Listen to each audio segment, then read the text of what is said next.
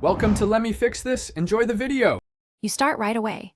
Power down the vehicle and open the driver door so the infotainment shuts fully. Remove obvious contaminants from the screen and bezel. Dirt and moisture cause false touches.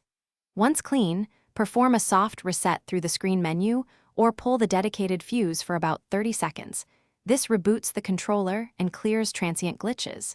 Make sure to note any saved presets because some systems will briefly forget them during the restart. You now move to the more involved checks.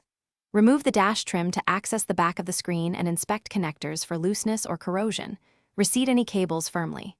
Then run the factory touchscreen calibration routine from settings or service mode.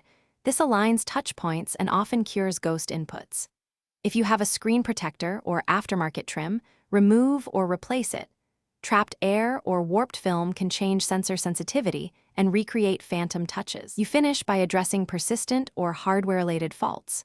If calibration and connectors fail, replace the touchscreen module or its digitizer. Modern units are often modular.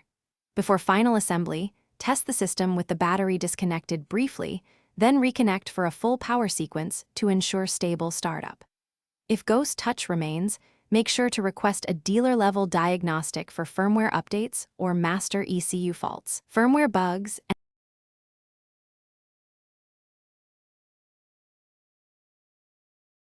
Thanks for watching. If you found this helpful, don't forget to like and subscribe.